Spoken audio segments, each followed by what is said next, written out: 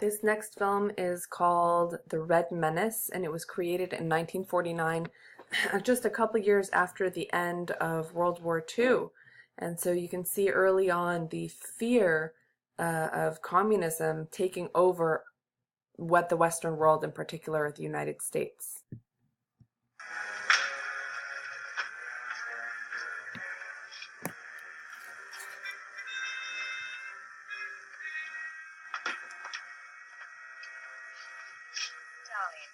Our communist doctrine is founded on the teaching of Karl Marx as embodied in his book The Capital and his later works and pamphlets. The basis of this doctrine is the 2 nights later, the opening of class at the workers' school finds Bill Jones and other party recruits studying Marxism, its principles, strategy, and tactics. Nina Petrovka, chosen for the introductory lecture because of her charm and personality, explains the basis of communism. It teaches that man and his world are the product of natural forces that are constantly changing. There are no positive values, no eternal principles of right and wrong. Actually, it is the old doctrine of atheism, sugar-coated with highbrow terms. It says that men are not responsible to anyone, except the totalitarian socialist state. Marx, Engels, Lenin, Stalin, the apostles of the communist gospel. These are the words of the foremost living communist, Joseph Stalin. And yet the American communists deny that they want to overthrow our government by force. Fellow workers, I'm going to ask you a very important question today. What is democracy? As the class advances, other lecturers pound home communist doctrines. Partridge sneers at democracy as a delusion created by Christianity. He sings the old Marxian song that religion is a narcotic devised to make the workers endure their chains. But Bill and the other students are not told that in the true communist state, all form of disagreement is forbidden, that the freedom which they are offering to the workers would immediately be suppressed.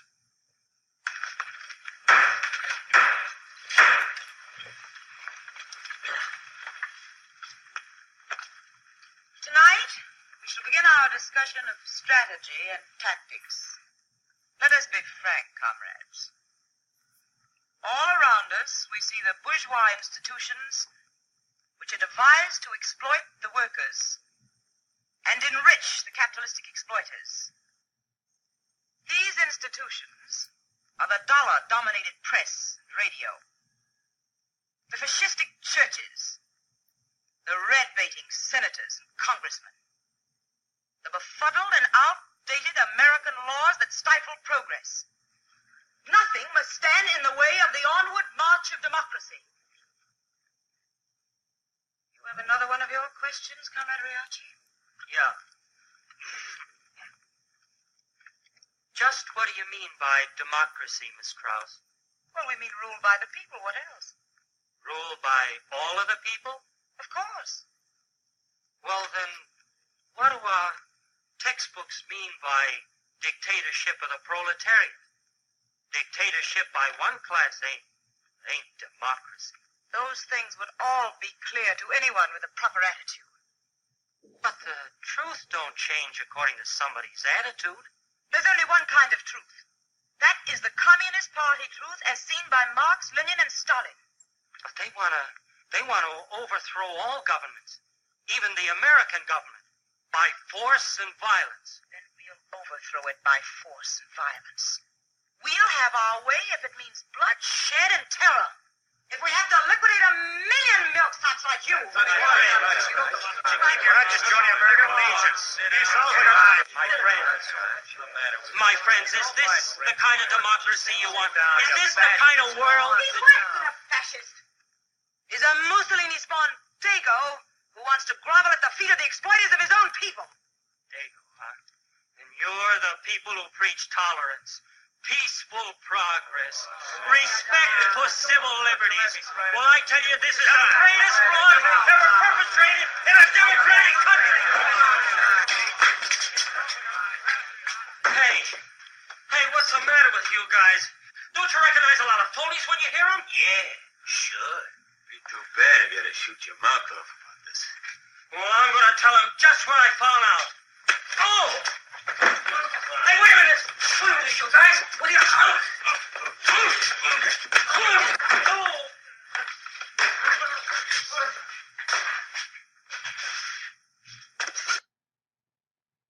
Okay, so as you can see, there's this idea that anyone opposing perspectives and anyone who says anything that is pro-American government, according to communism and according to the Communist Party in America, will be removed. It's okay to be violent when it comes to promoting the communist philosophy.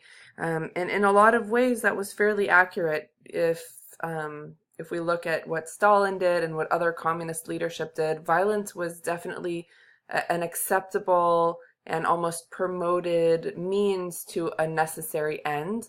So this wasn't completely off base, but the Communist Party in America was not exactly a violent one for the most part. Most people who thought that the idea of communism might be a positive one, that everyone has the right to work and everyone has the right to basic needs like education and healthcare, those people were seen as an evil communist threat to democracy, to America in general. There are two other clips here that we're not going to look at right now. McCarthy on the Commie Crack Party. It's a really interesting clip, and Edward Murrow also talks about the horrors of McCarthyism and the major fear that was going on in America. Please click on these awesome clips to learn a little bit more about what it was like to be in America under these very strange times where fear prevailed in such a way where people turned in their neighbors and family members who they feared might be a communist.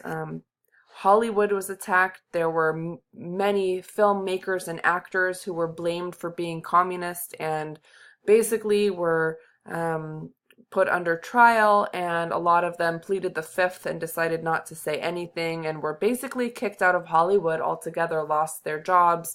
Some went to jail. It was a tough time in America, and of course they went after Hollywood because people in Hollywood are very popular and a lot of news is published about these types of people. So it was a good way to scare regular good old Joe Americans, because if it's happening in Hollywood, it would happen anywhere in America. Okay. And a couple kind of interesting images. Well, this one, it's Captain America, who was created much earlier to combat evil powers like the Nazis.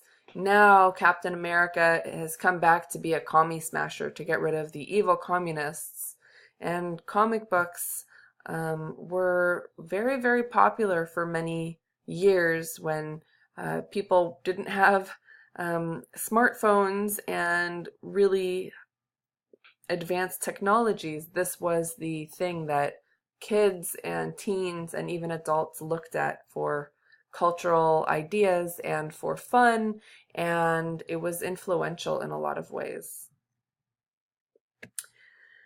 So, to kind of wrap things up, after World War II, America was fairly unscathed and did really well economically and became an economic powerhouse. And in addition, American culture spread across the globe. American movies, as we saw even in Russia, were being shown. American food, McDonald's started spreading. We'll talk a lot more about this in the coming weeks. And American pop culture was exported into other parts of the world. People started looking at Barbie and at Hollywood films and at our actors and actresses and our ways of doing things, and a lot of governments and a lot of other cultures felt very, very threatened by American ideas and culture. And we saw and have continued to see repercussions of this, including in particular in the Islamic world, where American ideas of materialism and women and women's rights and freedoms and sexuality, it's all being exported into other parts of the world, especially now with the internet and with cable television. Our culture and our ideas are spreading and have spread to other parts of the world that are much more modest in a lot of ways and feel very, very threatened by American culture, to put it mildly. We'll talk more about this in Unit 13. Of course, the Soviets wanted to match American economic and cultural power, so they spent a ton on their military. We've already discussed this, to increase their military capacity, their weaponry, and of course had to use tons of propaganda to justify spending so much on their military when people were starving. And there were conflicts within the communist world. The Soviet Union versus China and Vietnam, and there were splits in Eastern Europe against the Soviet Union, and in many cases the ideas of nationalism prevailed over Marxism. Not always, but in many occasions. In the Soviet Union in the 90s, Gorbachev, who was the leader at the time, he had a very unusual policy of openness and gentleness with protesters. Unfortunately for the Soviet Union, the economy turned sour, and it wasn't doing as well as perhaps it should have or could have. So a lot of nationalist movements in the eastern part of Europe started to go against the Soviet Union, and this led to a collapse of regimes in Eastern Europe by 1989, which was considered a miracle year by a lot of people. And what was really interesting about this was that Gorbachev did not attempt to prop up the communist regimes in Eastern Europe. He let them fail and didn't stop protesters and didn't stop coups against these communist regimes. And eventually even the Berlin Wall was taken down in 1989, which, if you speak with anyone who's of an older generation, they would say, I never ever thought that the Berlin Wall would be taken down. It was a miracle. If that happened, there is hope for the world at any time in the future. In 1991, the USSR, the Soviet Union, became Russia and 14 other states in Eastern Europe. And most states saw the domination of the Soviet Union not as a communist overlord, but as a Russian overlord. And so the nationalist regimes of 14 other states finally won over and became independent states by 1991. And here are, again, a few of those countries.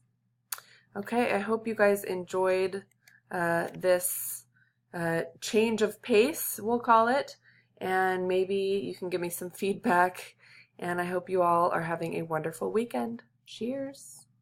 Email me with questions, as always, and make sure to print and take that quiz to hand in.